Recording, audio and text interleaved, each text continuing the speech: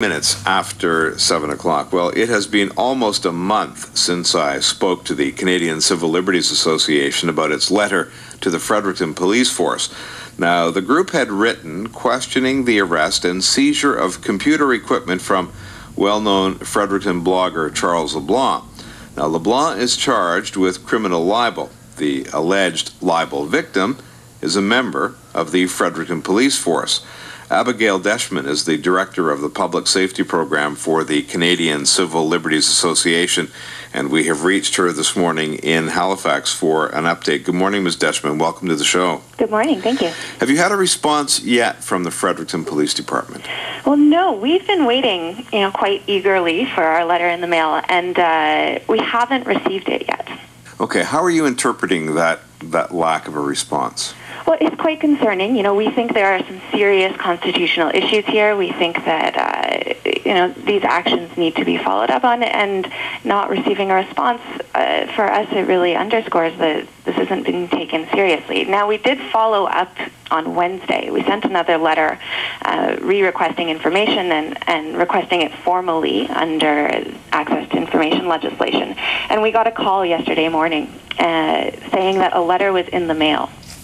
So we continue to wait. Hopefully, theoretically it should show up in our mailbox. But, we think these need to be dealt with promptly, and we're still concerned.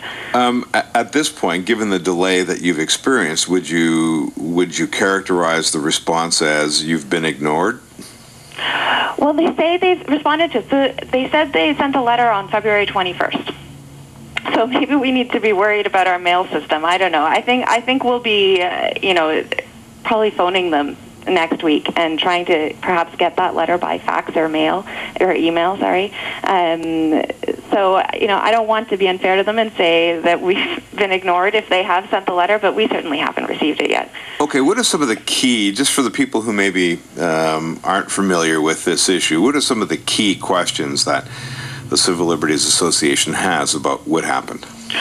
Sure. So, as to our understanding is that there was an investigation under Section 301 of the Criminal Code. That's a criminal libel section that's actually been found to be unconstitutional in several jurisdictions because of freedom of speech concerns.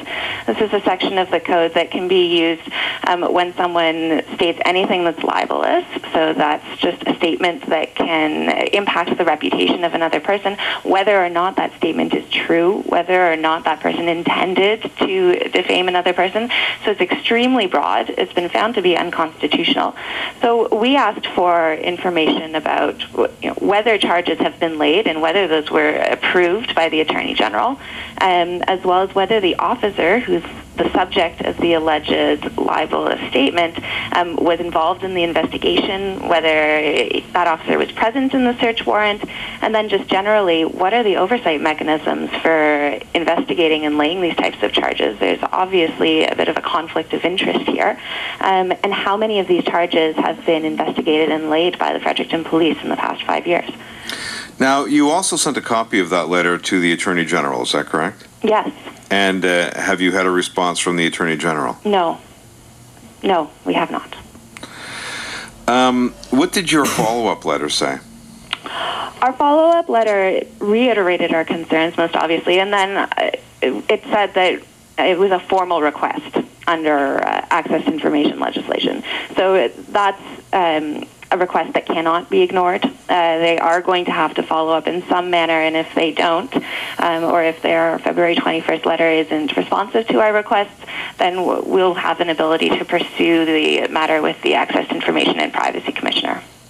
Okay, and now under my familiarity with the Right to Information Act indicates that you have to ask for specific documents. Have you asked for specific documents? Well, we've asked for specific statistics. And, I actually haven't made information requests under New Brunswick's legislation, so we'll have to see. Definitely when we've done this in the past about number of criminal charges, statistics generally, we've been able to receive responses from police forces, and I don't think that this would be any different. But if it is, that's obviously something that we'll be following up on. Would you tell me how you think this issue reflects on Fredericton? Well, I definitely would have concerns about why the police are laying charges or pursuing investigations. Obviously, there was a concern here that the officer who allegedly had been libeled was involved in the process of investigation itself.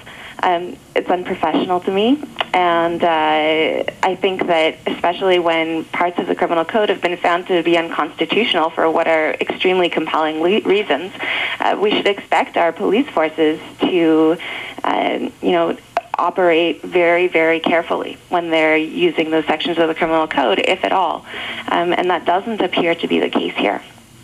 I appreciate your time this morning. Thank you very much. Thank you. Bye-bye. Bye. Abigail Deshman is the director of the Public Safety Program for the Canadian Civil Liberties Association. Now, we put in a call to the Fredericton Police Force to ask for an interview with Chief Barry McKnight. Now, spokesperson Rick Mooney says the chief is unable to comment on the nature of the letter received due to an ongoing investigation. He also says that the police are still investigating and are not able to comment on a case until it has gone through the courts. Any comments on what you heard Ms. Deshman say, please get in touch with us, info@fredericton.cbc.ca. You can also talk to me on Twitter. My Twitter address is @SEGUINCBC.